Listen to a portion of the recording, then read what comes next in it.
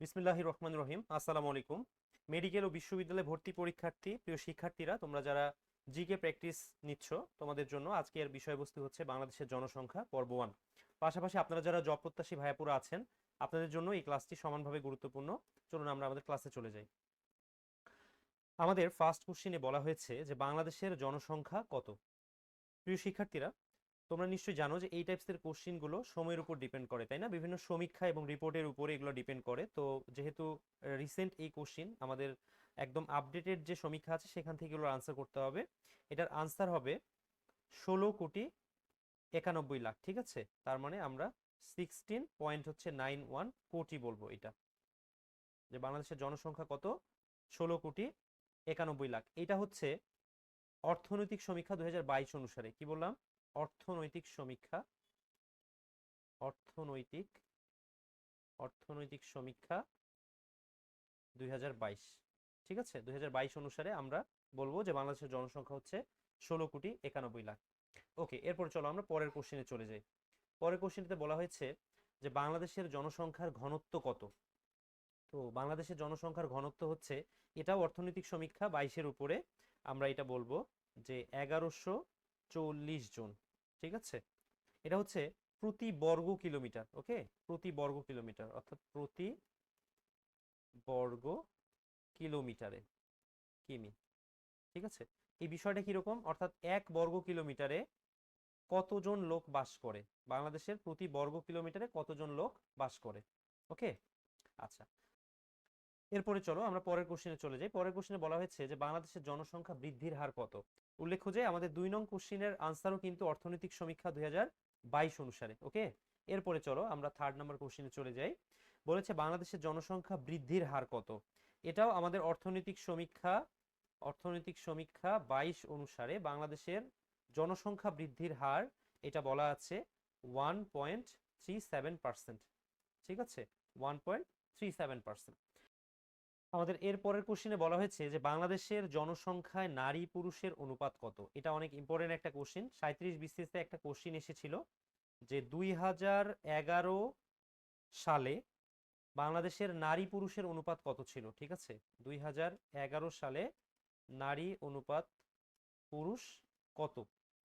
তো এটা হচ্ছে তখন ছিল, আনসারটা হবে 100:100.3। ঠিক আছে, কিন্তু এই রেশিওটা এখন চেঞ্জ হয়েছে।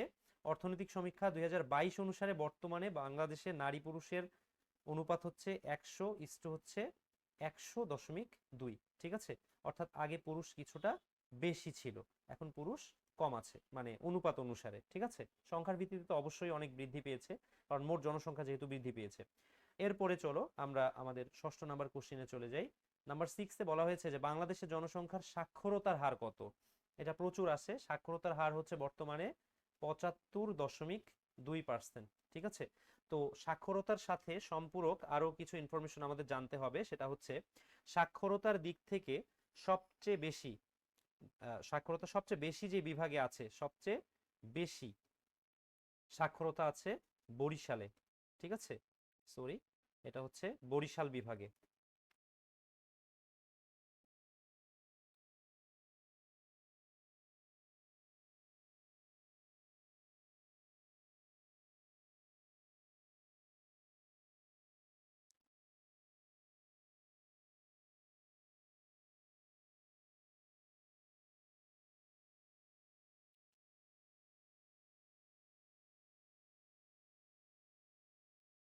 সবচেয়ে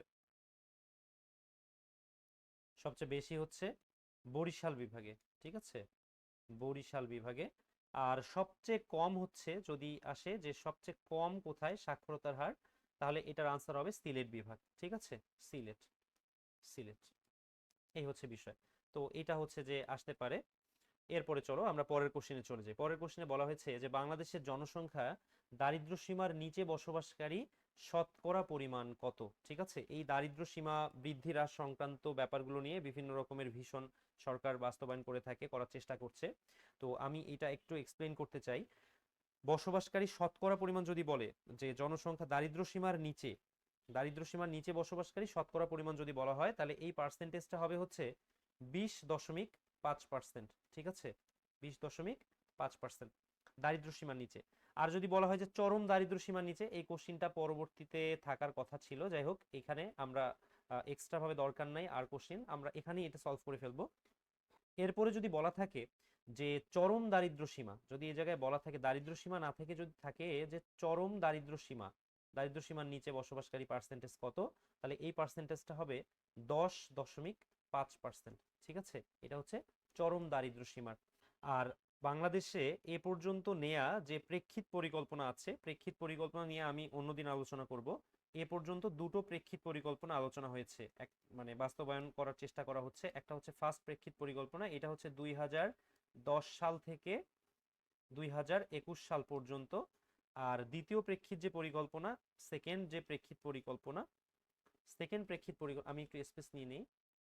সেকেন্ড প্রেক্ষিত যে পরিকল্পনাটা আছে, এই পরিকল্পনাটা এটা হচ্ছে 2021 থেকে এটা চলবে হচ্ছে 2041 সাল পর্যন্ত। ঠিক আছে, তো প্রেক্ষিত পরিকল্পনার ওখানেও আমাদের বেশ কিছু এই যে দারিদ্র সীমার কথা ছিল, যে 2021 সালের মধ্যে আমাদের টার্গেট ছিল, 2021 সালের মধ্যে আমাদের টার্গেট ছিল যে দারিদ্র সীমা নিয়ে আসা হবে 13.5%। ঠিক আছে, আচ্ছা এটা পার্সেন্টেজ দিতে পারি আমরা, 13.5 আমাদের টার্গেট ছিল। ঠিক আছে, দারিদ্র সীমা, বাট এখন আমাদের আছে কত, আমাদের আছে হচ্ছে 20.5, মানে এই জায়গায় আমরা কিছুটা ফেলিয়ার হয়েছি। আচ্ছা, এরপর যদি বলা হয় যে 2021 থেকে মানে দ্বিতীয় প্রেক্ষিত পরিকল্পনা যদি বলা হয় যে জনসংখ্যা এই যে দারিদ্র সীমাটা আছে এটা কত পার্সেন্টেজে নিয়ে যাওয়া হবে, তাহলে এটা আসবে হচ্ছে 2.59%। তোমরা যারা প্রিয় শিক্ষার্থীরা ক্লাসটা করছো, তোমরা এগুলো একটু নোট করে রাখো। ঠিক আছে, তাহলে কি বললাম, চলো আমরা আবার একটু রিভাইজ করে ফেলি।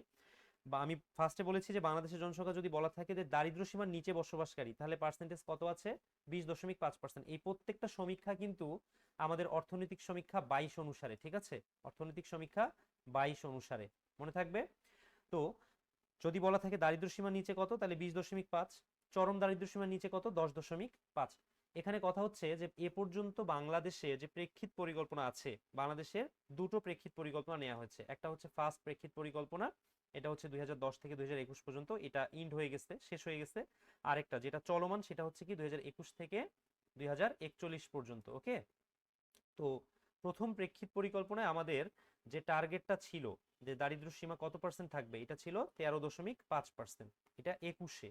ওকে, আর এই যে বর্তমানে যে চলমান প্রেক্ষিত পরিকল্পনাটা আছে, এই প্রেক্ষিত পরিকল্পনায় আমাদের টার্গেট হচ্ছে 2.59%-এ আসবে, মনে থাকবে। এই হচ্ছে বিষয়। আচ্ছা, এরপরে চলো আমরা আমাদের আজকের লাস্ট কোশ্চেনে চলে যাই, সেটা হচ্ছে যে বাংলাদেশে শিশু মৃত্যুর হার কত। খুবই দুঃখজনক একটা এমসিকিউ এটা, শিশু মৃত্যুর হার। এটা ক্রমান্বয়ে এখন কিছুটা কমছে, বাট এখন পর্যন্ত এটা অনেক বেশি আছে, যেই পার্সেন্টেজটা আছে এটা অনেক বেশি। এটা হচ্ছে প্রতি হাজারে 21 জন। ঠিক আছে, প্রতি হাজারে 21 জন শিশু বাংলাদেশে মারা যায়। তো এই হচ্ছে আমাদের আজকের এই সংক্ষিপ্ত আলোচনা। আমরা যেহেতু টু দা পয়েন্ট আলোচনা করি প্রত্যেকটা পার্ট নিয়ে, বাংলাদেশের জনসংখ্যা পর্ব 1 ধারাবাহিকভাবে চলবে। প্রিয় শিক্ষার্থীরা, আমি তোমাদের সম্পূরক কয়েকটা ইনফরমেশন দিতে চাই জনসংখ্যা রিলেটেড। জনসংখ্যা, ঠিক আছে, জনসংখ্যা রিলেটেড। সেটা হচ্ছে যদি বলা হয় যে জনসংখ্যার দিক দিয়ে বিশ্বে বাংলাদেশের অবস্থান কত, তাহলে এটার আনসার হবে কি, অষ্টম।